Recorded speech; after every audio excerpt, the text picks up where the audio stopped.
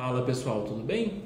Para quem não me conhece, meu nome é Sérgio Merola, sou advogado, atuo em Goiânia e em Brasília.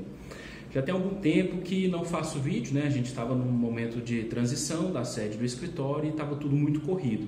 Então, por isso que teve um lapso temporal muito grande entre o último vídeo e esse. A partir de agora, vou estar publicando vídeos quinzenalmente. E o projeto, o objetivo que a gente quer chegar é que esses vídeos passem a ser semanais. Então, antes da gente falar da questão do Uber, eu vou adiantar algumas novidades. Primeiro, o nosso blog. Agora o endereço é só sergiomerola.com, ficou bem mais fácil, né? E eu não vou postar mais notícias no blog, serão apenas artigos. As notícias, elas ficarão exclusivamente no meu canal do Facebook, né? Na minha fanpage, que é sergiomerola.advogado, facebook.com/sergiomerola.advogado. Então, muita gente gosta de acompanhar essas notícias, curta lá a página que todos os dias tem notícia. Também estou divulgando artigos, né? Também quinzenalmente. No blog eu coloco o link lá na página do Facebook e os vídeos agora com uma novidade. Qual que é essa novidade? Eu estava publicando os vídeos só na página do Facebook.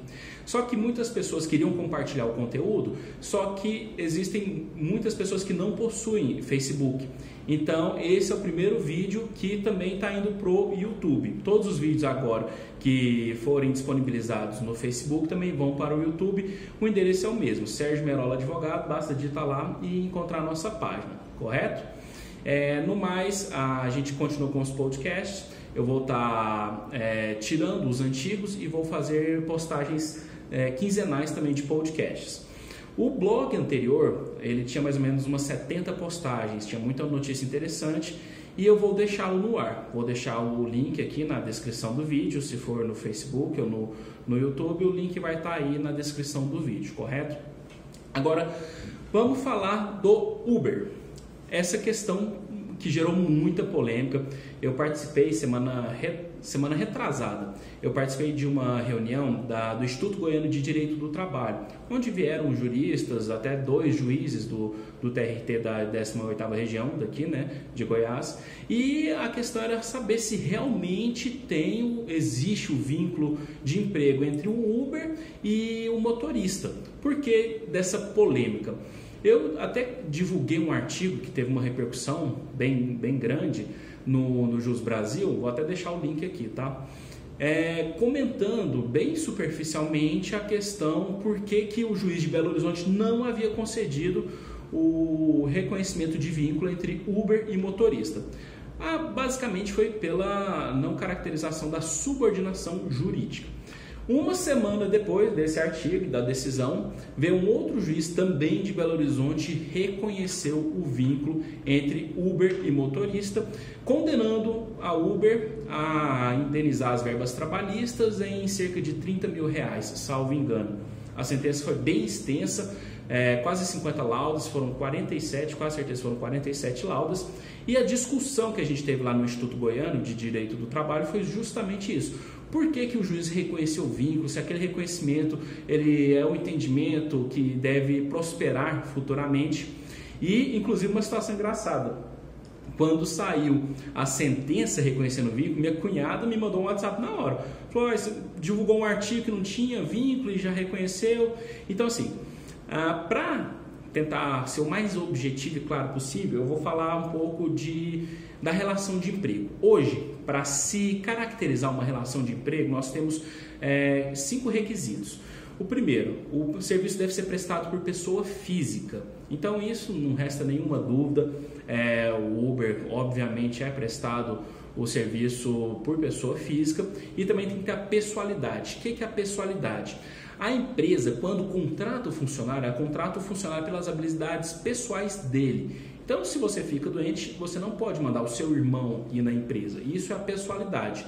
E ela é discutível no Uber. Por mais que o Uber ele peça os documentos pessoais, certidões e tudo, não existe um controle rígido disso. Apesar deles fazerem algumas ponderações que, se for descoberto que o Uber colocou outra pessoa para dirigir, o motorista colocou outra pessoa para dirigir no lugar dele, a Uber vai estar fazendo o bloqueio definitivo.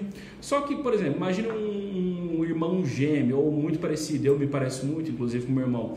Um dia eu não posso dirigir, ele liga a plataforma e pode dirigir também, né? O simples fato dele ligar a plataforma, eu já tenho um cadastro prévio, então assim, a pessoalidade já é discutível na questão da relação de emprego entre Uber e motorista, apesar da Uber fazer as ponderações que, se descoberto, ela vai fazer o bloqueio definitivo do usuário.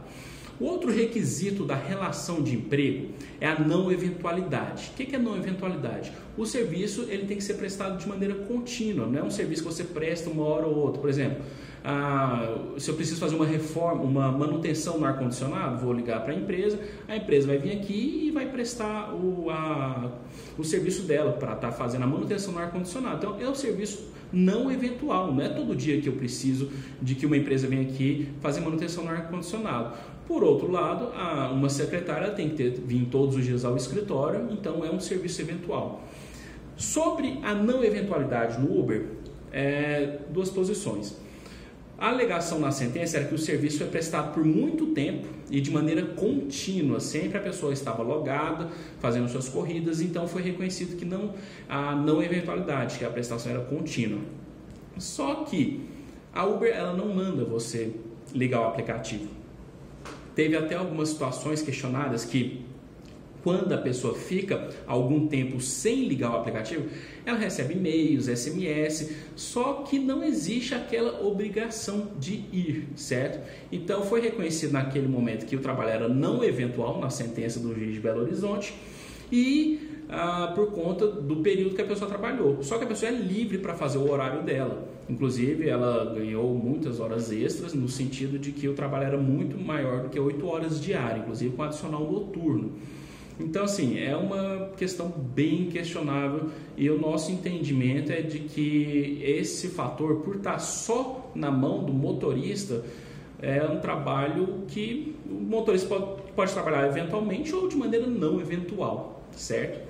O outro requisito que eu acredito que seja o mais polêmico de todos é a subordinação jurídica. O que é a subordinação jurídica? Simplesmente é o que você recebe de ordens do seu chefe, é o controle da empresa através dos seus superiores hierárquicos.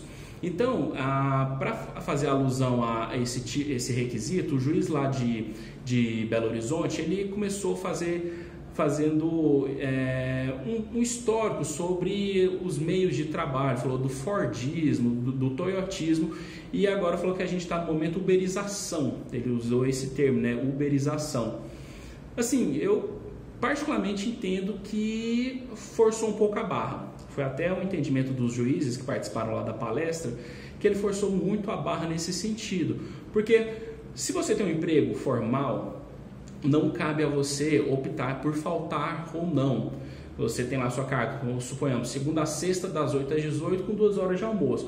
Você não pode simplesmente acordar com dor de cabeça, ou se você saiu no outro dia, dormiu bem tarde e falar, não, hoje eu não vou trabalhar.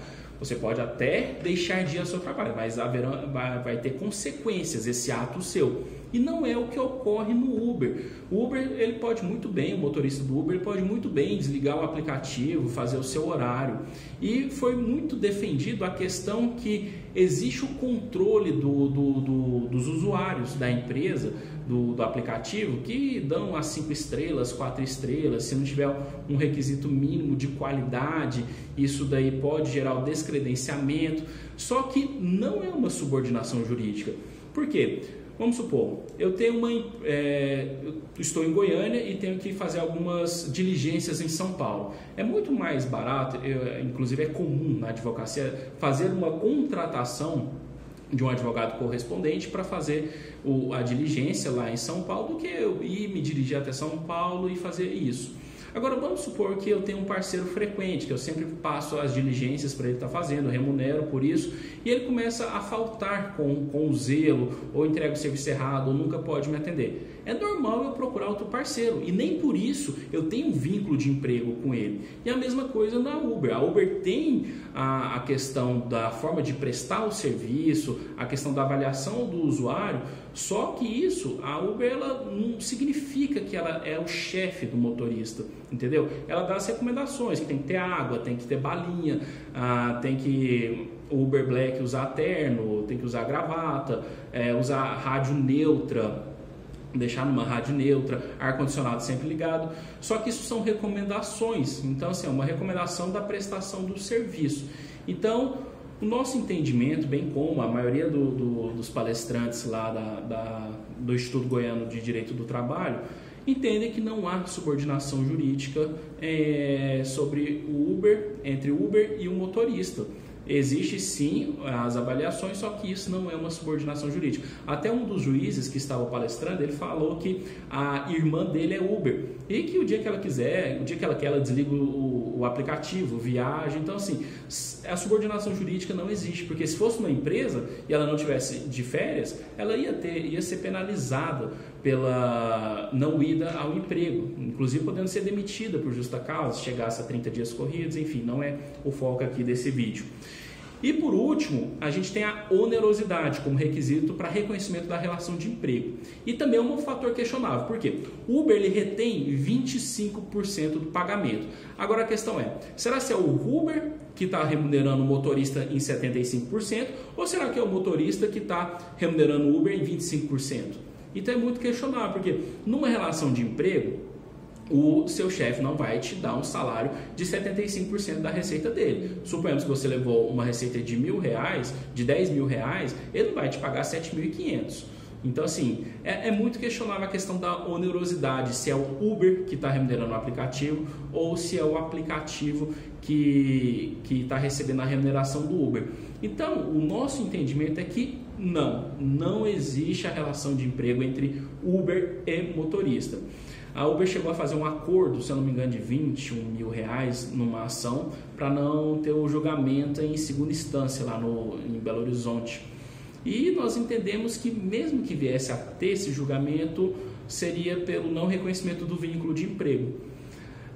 Percebe-se que a legislação precisa encontrar um meio termo entre o funcionário autônomo, relação de trabalho autônomo e relação de emprego, só que o nosso entendimento é que hoje, da maneira que funciona o Uber, de fato não existe a relação de emprego entre motorista e Uber. Existe uma prestação de serviço através de uma plataforma digital e não existe todos os requisitos, os 5 requisitos que nós falamos da relação de emprego, correto? Então é isso, eu peço que se você não conhece nossa página do Facebook, entre lá, curta a nossa página, isso ajuda muito a gente, é sergiomerola.advogado, facebook.com/sergiomerola.advogado. Aqui no YouTube, se você estiver assistindo, obviamente no YouTube, porque o vídeo é o mesmo, Sérgio Merola Advogado é o nome do nosso canal, certo? E no nosso blog tem mais informações, o endereço é sergiomerola.com. Tá certo, pessoal? Tenham todos um ótimo dia e muito obrigado.